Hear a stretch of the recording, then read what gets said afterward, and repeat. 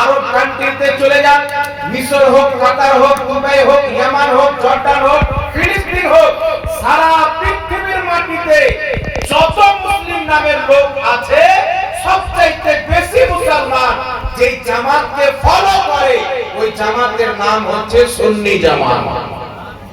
সবচাইতে বেশি মুসলমান।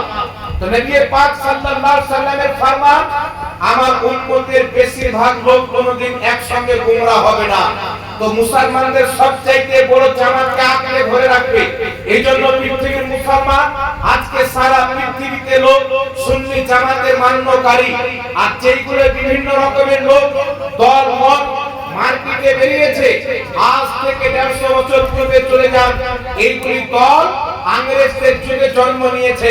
1847 সালের পূর্বে এই সারা পৃথিবীর মাটিতে না কাদিয়ানি বলে কোনো লোক ছিল, না দেওবন্দি দলের কোনো লোক ছিল, না লামাধারী দলের কোনো লোক ছিল, না তবলিগি দলের কোনো লোক ছিল। 1847 এর পূর্বে এইগুলি দল নিজের কোন মসজিদ সারা পৃথিবীর মাটিতে দেখাতে পারে না, নিজের কোন মাদ্রাসা দেখাতে পারে না। এটাই প্রমাণ করে এদের জন্ম হয়েছে 1847 সালের পর, আজ থেকে কম বেশি 250 বছর পূর্বে। কিন্তু খোদার ইজ্জতের কসম খেয়ে বলি, এই পৃথিবীর মাটিতে